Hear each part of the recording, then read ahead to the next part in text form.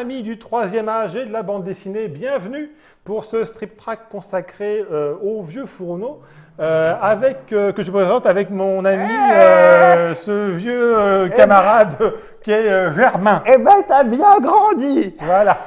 Alors, les vieux fourneaux de Lupano et Koei. Oui. Aucun rapport avec l'animateur. Rien à voir, heureusement. Voilà. Mais, ni l'autre.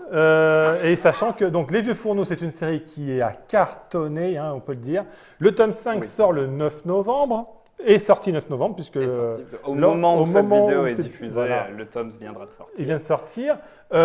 Pour ceux qui ne le connaîtraient pas, on va faire un petit pitch pour raconter l'esprit de la série, puisque c'est une série qui est à suivre. Hein, donc, avant de lire le 5, il faut impérativement lire les 4 premiers, même si l'intrigue, chaque album… Oui, chaque album est indépendant, mais ils se suivent quand même vraiment. Enfin, la fin de l'un implique des choses dans la suite du tome suivant. Et les personnages évoluent, puisque entre le tome 1 et le tome 5, il se passe un certain nombre d'années qu'on peut voir évoluer avec les personnages, les plus jeunes qui vieillissent, sachant que les plus âgés sont effectivement, eux, déjà pas mal vieux déjà au départ. Puisque Les Vieux Fourneaux, c'est l'histoire de trois amis d'enfance, chacun des gauchistes invétérés, à différents niveaux d'ailleurs. Oui, je serais plus, enfin, je saurais pas trop comment déterminer. Par Émile.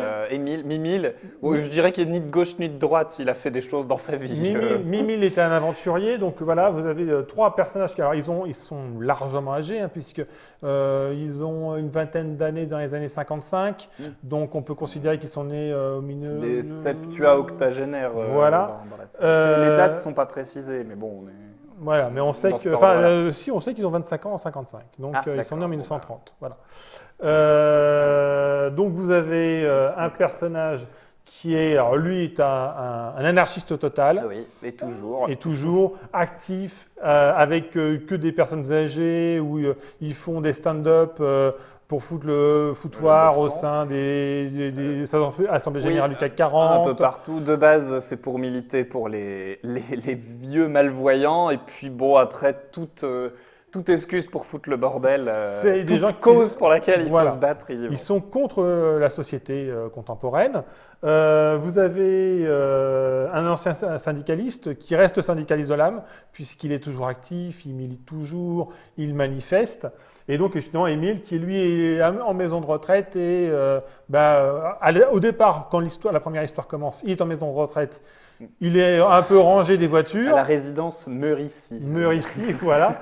En fait, on s'aperçoit on découvre qu'en fait, c'était un aventurier qui a un énorme baroudeur, qui a vécu énormément de choses. On voit ça vraiment petit à petit. Autant les 2 autres personnages, c'est assez clair dès le début. Autant Mimile, on va vraiment prendre le temps. C'est aussi presque un peu un gag sur la fin du premier tome. Et puis c'est après, au fur et à mesure, on va…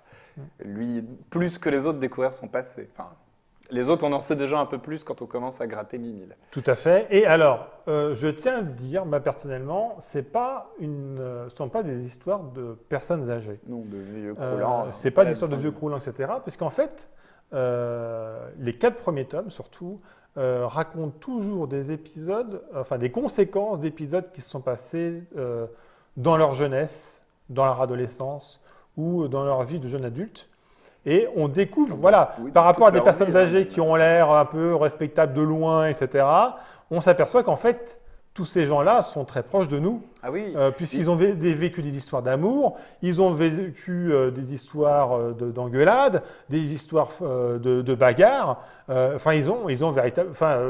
L'âge n'est qu'une conséquence. Oui, c'est ça. On sent qu'ils sont toujours actifs et… comment le dire, jeunes dans leur tête, en tout cas ils ont toujours la patate, mais c'est juste que c'est des personnes âgées, donc ils le disent eux-mêmes, il faut qu'ils prennent leur traitement, des fois il faut qu'ils fassent plus attention le soir ou quoi, mais à part ces quelques limites qui sont, on va dire, corporelles, ils font beaucoup de choses, hein, même au cours de leurs quelques albums, ils voyagent, ils se promènent, ils ont des intrigues, ils sont actifs sur plein de trucs, enfin on aimerait bien être traité comme ça. Hein. Ouais. Et chaque fois qu'on vient sur un flashback, on retrouve des personnes dont on pourrait se dire c'est nous. puisqu'effectivement, on les voit jeunes Très jeunes, et on ados, comprend adultes, leurs âgés. sentiments de l'époque. Donc ça, donc ce sont les 4 premiers tomes. Donc voilà, avec autour d'un personnage principal aussi qu'on ne voit jamais dans les couvertures. Enfin, On toujours la un peu voit en nombre sur le en nombre tome chinoise 4, du sur tome la 4. magicienne. Puisque Voilà. c'est la petite fille d'un des 3 personnages, et c'est par elle que va un peu tout commencer, puisque c'est elle qui va un peu réunir les 3. Ça commence par un enterrement. Oui, ouais, l'élément déclencheur, c'est l'enterrement justement de la femme de... Zut, j'ai oublié son nom. Attends, j'ai dévoré ça. Je ne mais, sais jamais les noms des personnages d'ailleurs. Voilà, c'est pareil, J'en suis. je garde les univers, pas les noms. C'est comme dans la vraie vie, les noms Antoine. d'Antoine. Et la femme d'Antoine est décédée, et donc c'est l'occasion, alors pas très joyeuse, mais de se retrouver pour l'enterrement. Et c'est là où il découvre la petite fille d'Antoine, et qui, il n'arrête pas de le dire, ressemble vraiment à la Lucette, la femme d'Antoine, au même âge, quand elle avait la vingtaine, la trentaine, avec la même énergie, même physiquement, elles sont très proches les deux. Et donc, voilà, ça... Quelque part, ça les titille, ça les ramène dans l'enfance, enfin dans leur jeunesse en tout cas. Et elle est ça enceinte, donc du coup, d'office, avec l'enfant qu'elle va avoir, ces 3-là vont toujours être un peu d'un père qu'on ne connaît pas, avec un grand-père qui lui-même est, enfin le père de comment il s'appelle déjà? Non plus. Voilà. On a bien révisé. Voilà, le père de la fille est absent, donc du coup, en fait, cette femme n'a que son grand-père comme référent. Et deux grands-pères de substitution. Et deux grands-pères de substitution qui vont un peu la protéger et aussi l'embarquer dans leur périple, parce qu'au départ, on se demande un peu qui protège qui d'ailleurs. C'est rigolo aussi, c'est très écrit, ce côté passé, ce côté aussi beaucoup d'histoire tourne au moins, enfin tous les albums, pas forcément intégralement, mais en partie du moins, tournent autour de leur village d'enfance en Ardèche, si je ne dis pas de bêtises. Oui, non oui, c'est ça. Dans le sud. Et il y a un petit côté un peu Twin Peaks dans cet esprit. Il y a toujours, tous les personnages ont des mystères qu'on gratte et qu'on découvre petit à petit. Alors pas Twin Peaks dans le côté fantastique, un peu étrange. Juste dans ce côté, c'est le petit village et on voit qu'il y a des intrigues entre plein de personnes et que tout le monde cache des trucs, tout le monde a des petits secrets, mais qui sont des secrets de la vie, voilà. Mais voilà, tout le monde a des choses. En fait, ça tient par des petits mystères qui sont des mystères du quotidien, mais voilà. Et du passé. On ne sait pas elle de qui elle est enceinte. Il y a la vieille Big que tout le monde appelle la sorcière qui est recluse du village. On ne sait pas pourquoi. Puis petit à petit, on découvre pourquoi, puisque ça a pu engendrer dans la vie des personnages. Enfin voilà. Et même eux sont pas tout blancs. On découvre leur passé, les choses qu'on leur a cachées, que même on cachait à d'autres. Ça reste pas, c'est pas des intrigues, encore une fois, policières, c'est pas des choses graves, ça reste la vie. Voilà, c'est ça. Mais c'est rigolo comme ça tient par des petits points d'interrogation. Il y a presque un petit côté enquête gentille, de campagnarde, champêtre, mais il y a ce petit côté-là qui est très intriguant. Qui permet de donner qui donne de l'épaisseur au personnage. Et à l'univers, qui donne un vrai corps et une vraie cohérence à l'ensemble de la série. Et donc ça, c'est on va dire quelque part le fil rouge et la création de l'univers qui englobe l'ensemble des albums. Et puis aussi, chaque album lui-même est toujours associé à une problématique contemporaine, sociétale généralement. Ça va parler de pollution, ça va parler de chômage, ça va parler du capitalisme, ça va parler d'évaluation fiscale. Parce qu'effectivement, on est sur des personnages qui sont clairement engagés politiquement. Et des idées, des revendications. Et voilà, et des contestations, et des colères de gauche. Et du coup, ça permet aussi d'aborder un certain nombre de sujets.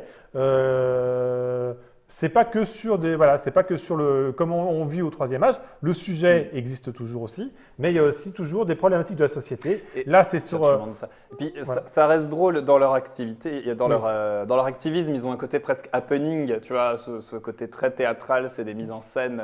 Voilà, parce qu'on parle quand même, c'est très engagé, etc. Il y a quand même, c'est vraiment aussi très, très sympa à lire. C'est très humain en fait, dans tous les sentiments, et il y a beaucoup d'humour. Tout à fait. Juste pour terminer sur l'aspect engagé, là, cet album traite avec des réflexions intéressantes sur les l'accueil des migrants, des populations immigrantes en Europe et à l'étranger. Donc ça amène des jolis questionnements et puis ça amène aussi des questionnements sur le parcours des uns et des autres par rapport à cet engagement-là. Parlons un peu justement du tome 5, qui est Ouais. un petit peu à part des 4 Il précédents. est assez à part, puisqu'effectivement, jusqu'à présent, on revenait toujours sur une histoire du passé, hein, en fil rouge. Là, on est dans la contemporanéité, avec en fait, les 3 personnages vont chacun vivre une aventure différente. On est tout de même dans une continuité, il y a toujours des petits flashbacks ou des liens, parce que enfin, voilà, le fait Moins qu'il soit sur ancien, Paris, mais moins voilà, ancien. moins ancien. Moins ancien, mais aussi leur rapport à chacun par rapport justement à leur style de vie, hein. L'anarchiste se retrouve sur un rapport à la police et aux gens qui l'apprécient et qui ont fait des choix de carrière qu'ils ne partagent pas, hein, entre autres une jeune femme qui est devenue policière Oui, et qui lui dit en plus, c'est grâce à lui. Oui, voilà. elle lui dit vous m'avez sauvé parce que voilà, elle était un peu le côté banlieue, j'allais rien faire de ma vie, je m'acceptais pas, et puis vous m'avez sauvé et grâce à vous je suis dans la police. Puis alors lui qui a un nanar, c'est Voilà. Antoine, lui, va retrouver son fils, ils ne se sont pas vus depuis une bonne quinzaine d'années, manifestement. Longtemps, ouais. Ils vont devoir cohabiter avec leur arrière-petite-fille et petite-fille, c'est ça. Quant à Mimile, qui lui avait été le moins engagé effectivement des 3 et dont la présence dans l'album était la plus primaire. Légère. Lui, il venait pour un match de rugby. Mais justement, c'est lui qui va basculer on va pas raconter la Non, on fin. dit pas plus. Mais en plus, effectivement, celui-là, il faut vraiment il va quand même s'engager. avoir lu ce qu'il y a avant, parce que c'est un peu son passé qu'on a appelé avant, qu'il rattrape et qui le pousse à s'engager. Tout à fait. Juste tout à l'heure, tu parlais de l'humour. Oui. Il faut dire que Les Vieux Fourneaux est une série extrêmement bien écrite, avec des dialogues qui sont extrêmement bien ciselés. Je pense que c'est pour ça que d'ailleurs l'adaptation cinématographique a été faite.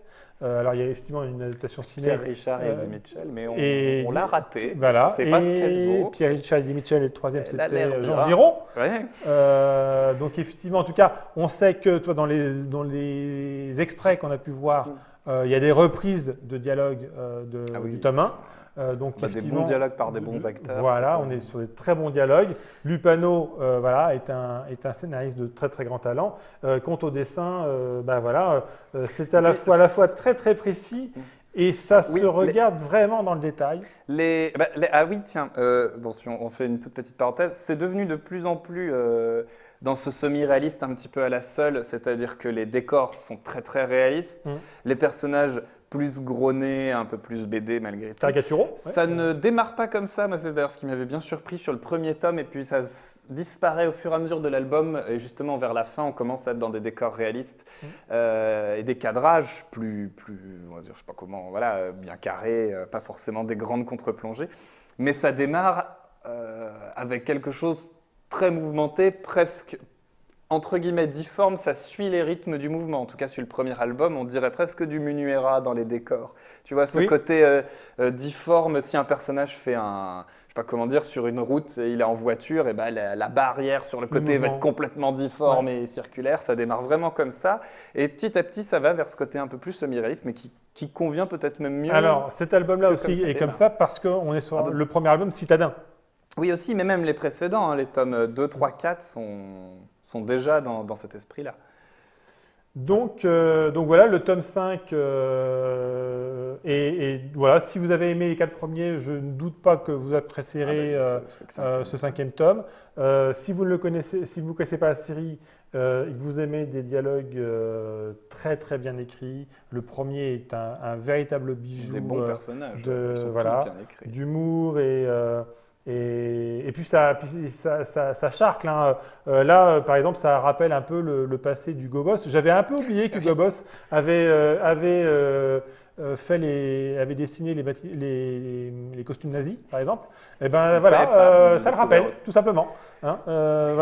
Si vous êtes amateur d'ambiance campagnarde, j'ai rarement vu des récits qui arrivent à la fois à avoir ce côté léger, proche de la terre, proche des gens, et en même temps toute cette crasse en dessous qu'il peut y avoir dans les petits villages de campagne, où on est quand même un peu enfermé entre gens qui se connaissent, et d'avoir ces deux couches, toujours ce flottement entre du crasseux et de la gentillesse, et on arrive à être sur les deux sans basculer trop dans l'un, trop dans l'autre, à être vraiment dans la vie. Et c'est rare des récits qui arrivent ça. Le problème Dans des l'univers gens champêtre. qui vivent tous ensemble, Oui. et voilà, et avec le temps, d'office, voilà, c'est la vie et ça va faire des affinités et aussi pas mal de secrets derrière. Là, effectivement, ça c'était plutôt les 4 premiers. Le cinquième, on est sur quelque chose de beaucoup plus peut-être, souvent plus citadin, contemporain. Oui. 3 histoires quelque part qui se croisent. Mais on l'a déjà dit, donc voilà. Voilà. Donc voilà, c'était le tome 5, enfin c'est le 5e tome des Vieux Fourneaux. Et regardez de la série. Et si vous n'avez pas vu le film, nous non plus, mais ça a l'air c'est à bien. voir. Voilà. Voilà. Et vieillissez bien.